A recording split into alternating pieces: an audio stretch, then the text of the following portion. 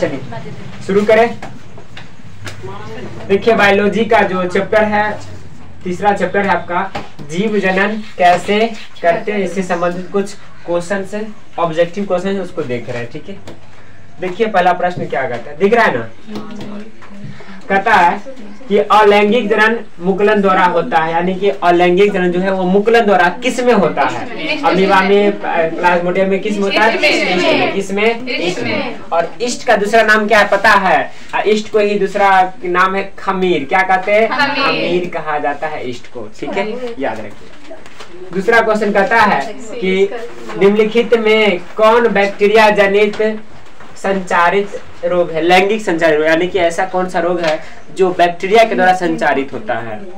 Syphilis, trichomoniasis, AIDS, cervix cancer. तो देखिए ये तो सर्विक्स कैंसर है, और उसका ट्राइकोमोनियसिस ये भी तो नहीं। एड्स जो है ये किससे होता है? विषाणु से होता है। किससे होता है? विषाणु जनित है, यानी कि विषाणु को क्या करते हैं? वायरस कहते हैं। क्या कहते हैं? वायरस। और सिफिलिस क्या आपका? जीवाणु है ना। तो आपसे पूछा क्या जा रहा है? बैक्टीरिया। बैक्टीरिया को ना जीवाणु है, आंसर क्या हो जाएगा? सिफिलिस। क्या हो जाएगा? सिफिलिस हो जाएगा। और बैक्टीरिया से होने वाला और कौन सा रोग है? सिफिलिस हो गया। उसके बाद गोनेरिया भी क्या है? बैक्टीरिया से होता है। और अगर बात करें वायरस में, मस्सा किससे होता है? विषाणु से। एड्स विषाणु से। एड्स किस वायरस के कारण होता है? HIV वायरस के कारण, है ना, ह्यूमन इम्यूनो वायरस। ठीक है। तीसरा क्वेश्चन है उभयलिंगी जीव का उदाहरण है। उभयलिंगी वो जीव होते हैं जिसमें नर और मादा दोनों हो। आंसर क्या हो जाएगा? हाइड्रा हो जाएगा। क्या हो जाएगा? हाइड्रा। ठीक है, चलिए आगे। कहाँ तक हो गया था? 3 ना, 4 नंबर दिख रहा है। 4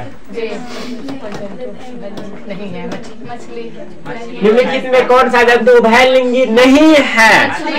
पहले पूछा उभयलिंगी है, अब नहीं है। केचुआ भी उभयलिंगी है, हाइड्रा भी है, कृमि भी है, केचुआ। मछली नहीं है, सॉरी, इनसे क्या हो जाएगा? मछली हो जाएगा। ठीक है, अच्छा बताइए, मछली का शोषण अंग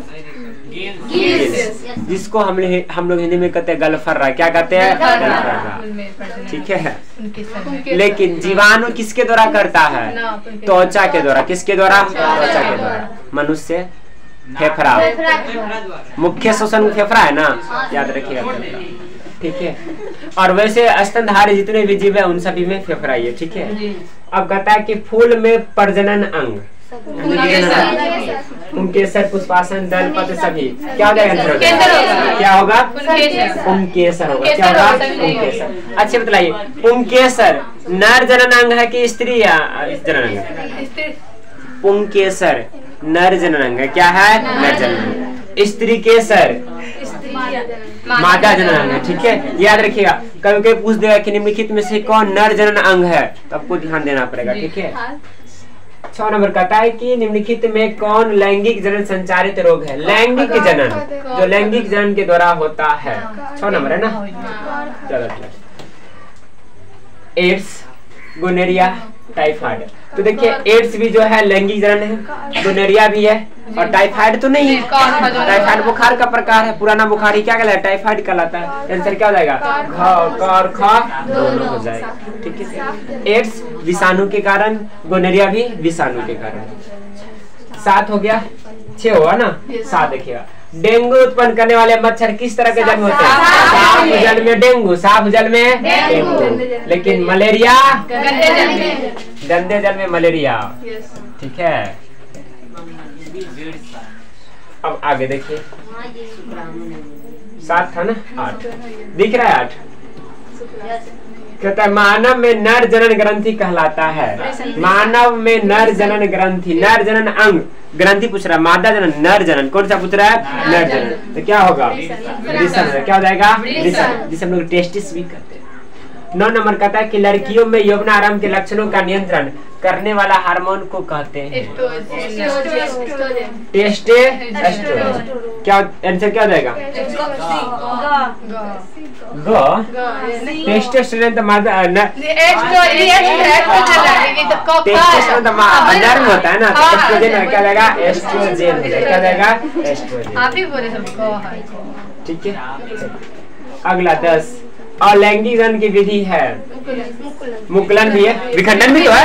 विखंडन से क्या रहेगा? डी हो जाएगा, सभी हो गया। क्या हो गया? डी सभी हो गया। ठीक है, चलिए 11 मुकुलन द्वारा प्रजनन किस में होता है? मुकुलन द्वारा प्रजनन किस में होता है? ईस्ट में होता है। क्या हो जाएगा आंसर? ईस्ट हो जाएगा, ईस्ट हो जाएगा। ठीक है, चलिए 12 द्विखंडन होता है पैरामीशियम में भी अमीनो से क्या रहेगा? डी इनमें से। ठीक है जी, आगे बढ़े। दिख रहा है ना? ध्यान दीजिएगा बोर्ड पे, ठीक है, और शांति बनाए रखिए। आपका सभी आवाज कैप्चर हो रहा है वीडियो में। 12 है, सॉरी ये हो चुका है ना 12। आंसर क्या होगा इनमें से? 13 कहता है कि एक लिंगी पुष्प का उदाहरण है एक लिंगी पुष्प का क्या हो जाएगा? क्या हो जाएगा? 14 कहता है, दिख रहा है ना 14, निम्नलिखित में कौन एक प्रोटोजोआ जनित लैंगिक संचारित रोग है? प्रोटोजोआ पूछ रहा है, आंसर क्या हो जाएगा? ट्राइकोमोनियसिस। क्या आंसर हो जाएगा?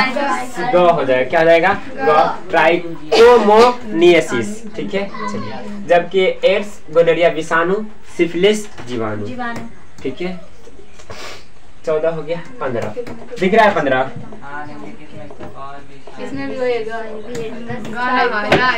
निम्नलिखित में से कौन विषाणु है? विषाणु तो कौन सा हो जाएगा? एड्स। कौन हो जाएगा? एड्स ना।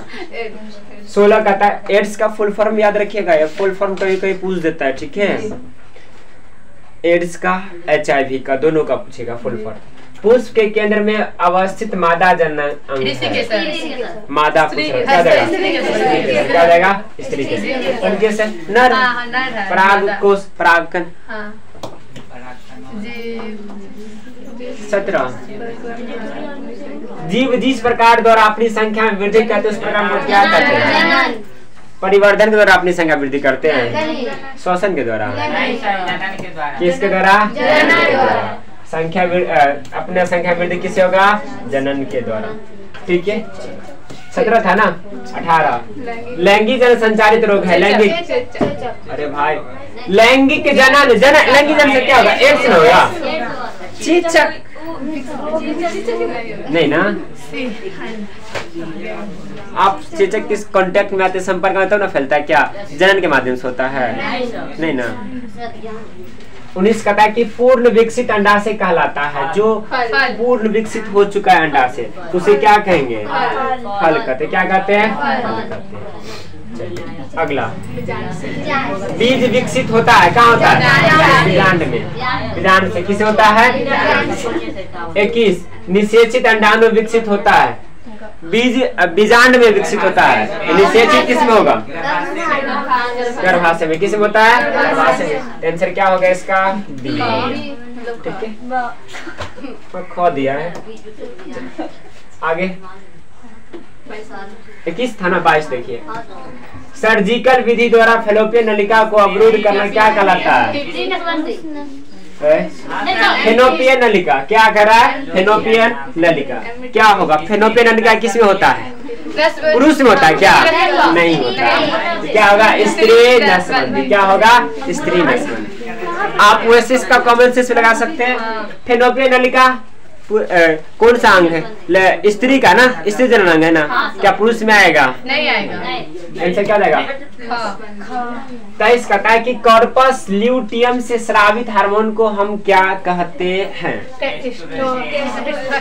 प्रोजेस्टेरोन। क्या कहते हैं? प्रोजेस्टेरोन। आंसर क्या जाएगा? सी हो जाएगा। ठीक है, 24 है द्विखंडन एवं बहुखंडन विधि से उत्पन्न वंशजों को क्या कहते हैं? अनुजात, मुकुल, शिष्ट, इनमें से कोई नहीं। क्या हो जाएगा? अनुजात का। आंसर क्या हो जाएगा? ए हो गया। क्या होगा आंसर? ए हो गया। आगे दिख रहा है? आगे 24 तक हो चुका ना। 25 पौधे के मादा युग्मक को क्या कहते हैं? क्या कहते हैं? और नर का शुक्राणु। विषाणु ने शुक्राणु। क्या होगा? शुक्राणु। 26 निम्नलिखित में कौन एक उभयलिंगी जंतु है? ये ना शेर है। उभयलिंगी एक होता है क्या? मछली में बकरी में अलग अलग है। चलिए 26 हो गया 27। इस किस में अलैंगिक जन्मोत्कलन द्वारा होता है? किसमें होता है? ईस्ट में होता है।